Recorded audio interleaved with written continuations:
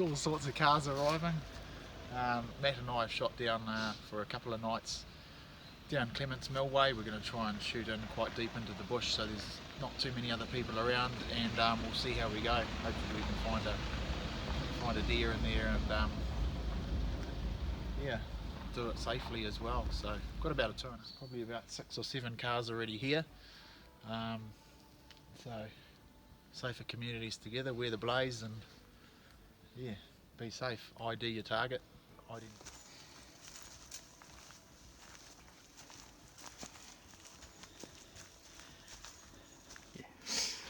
Jolly good. Well, Chase and Gather team are on the board, which is awesome. Just dropped this hind. So yeah, just walking through the bush and got barked at, and then I thought, well, just give it a meow, and it stopped, and was trying to figure out where the sound was, so just got the scope up on it and shot it. So it was about 30 metres away in the bush. Shot it, it ran along about 20 metres and then just tumbled down into here. So the whole animal, we'll take the heart out. Shot it just behind the shoulder, so all of the meat from the front shoulder is all good. Push on, got a few more hours of daylight, so see if we can get Matt onto one. Yeah. Joyce. When you're backpacking a deer out, make sure you put something over the top of it, you know, brightly coloured or whatever, because a deer bouncing around on someone's back and you're stalking and walking through the bush making noise, you're not doing yourself any favours in terms of safety. So I just use a sheet in most cases. We're got the scarf on and trekking it back to camp. It's the type of bush we're in.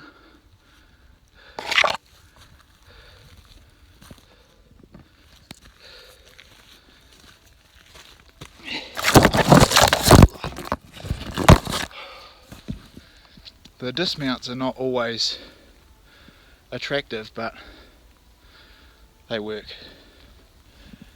Anyway, just have a short breather and keep pushing through. Probably got about another 20 minutes. Get back to camp. Well, I've got a backpack and a rifle on there as well, and my bum bag and everything else. You're going to be losing a lot more sweat, so you need to drink more frequently. Hydrated, that's one of the key things about hunting, staying hydrated. So when you find a stream, grab some water. We've got some camp meat on the deck already, which is cool. Looks like the scene of a crime. It was legitimately taken. So yeah, getting set up. We've got the tents this time. I think it's going to be 5 or 6 degrees overnight, so opted out of the fly camping on this occasion and chose for a bit more comfort. Just want to show you a Chase and Gather innovation as well. Tent pegs. Check these bad boys out. Beautiful.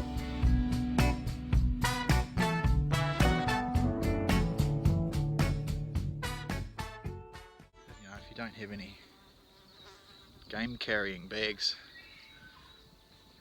just create one. So some people say that they wear their heart on their sleeve, but you can also put it in your pocket. And then just put a stick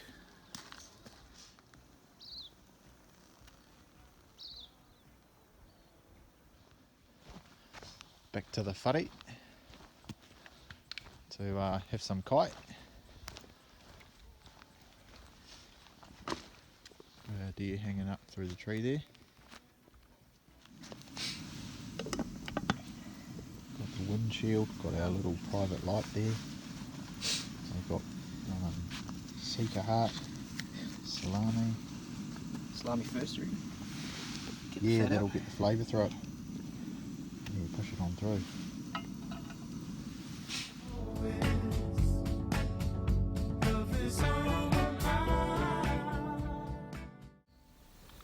away for the day, and we're just up in this beach, up the top of the ridgeline.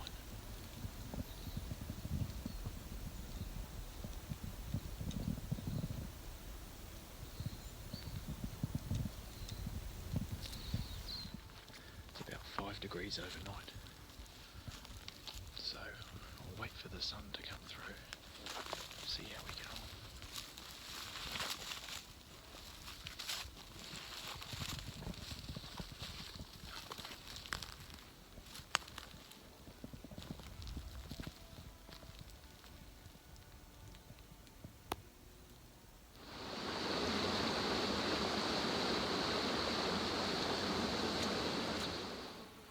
You get smashed with these blowflies. You know, they're just, maybe my shirt needs a clean too. It could be a fair assumption to make. Well, we're just playing the waiting game at the moment. It's just a slip face, nothing spectacular, but it's going to sit here for about 10 or 15 minutes and give a couple of calls. See if we can lure something out from the other side there.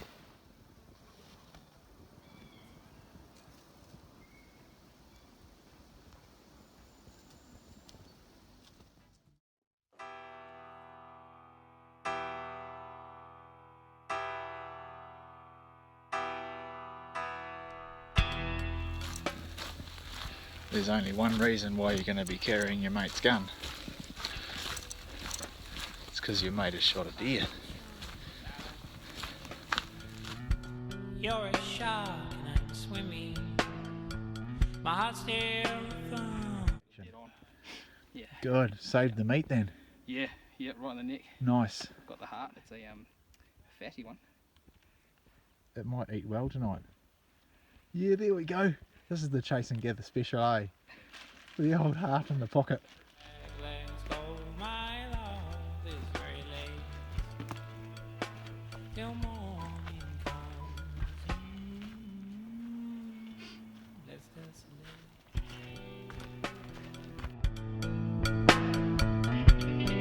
The old bag, quick brew, and then we're going to jump on into the bush, go for a look for a couple of hours and see what we find. Then we've got to come back and we've got to skin and bone out those 2 Sika. So yeah, just been walking around or sidling along some of these ridges, just starting to get a bit of light on them now. The sun hasn't come through yet. It's 9:30 in the morning. It's a lot of fog. Cool, so Matt's just finished skinning out and butchering the spiker, and I'm just about to jump onto the hind now, so we'll get it butchered up and then head on out. So yeah, sort of a day and a half of hunting has produced a couple of deer, which is nice, and always good to take something home. So a few back to camp. Nice little camp spot. Just about to pack up and head on out. Sun's just starting to come through now, so we've had a good trip.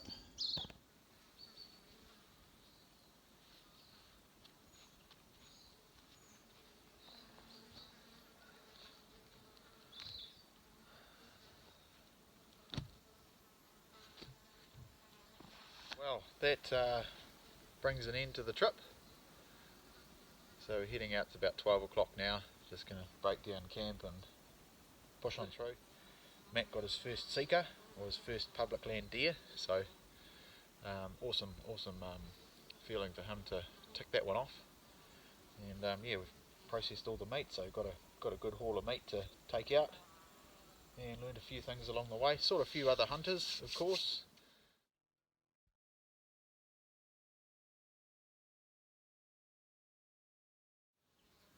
So with the ball, just use that as a tool for rubbing out sort of any knots or any soreness that you're getting, particularly, you know, if you're doing a lot of hunting over consecutive days, you can get a lot of tension in the calves. So I use that. It's quite a cool little piece of kit. Obviously it doesn't weigh much, and it's definitely a little bit easier than asking your mate to throw a bit of olive oil on the leg and give you a rub at the end of the day. So that's just a little thing that I use, just to break up a few of those knots in the calves. Also, if you want to get into the hips, you can use it on the hips as well.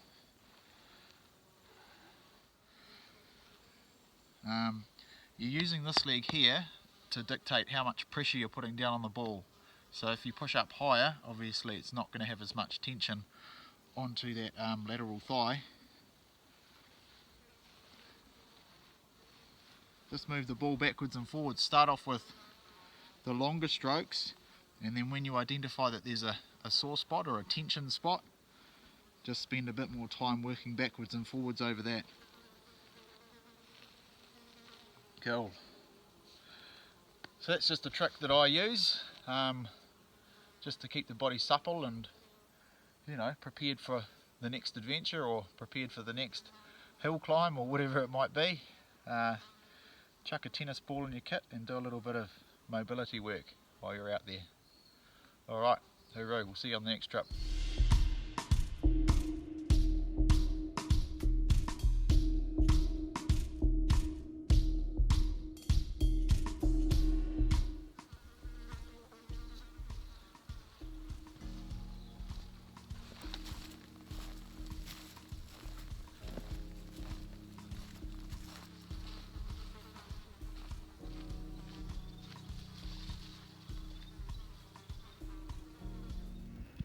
Fair amount of meat on them, which is good, but not a great deal of fat. So I just boned it out in the bush, of course, took the pelvis out, and yeah, happy days. Gonna be tasty.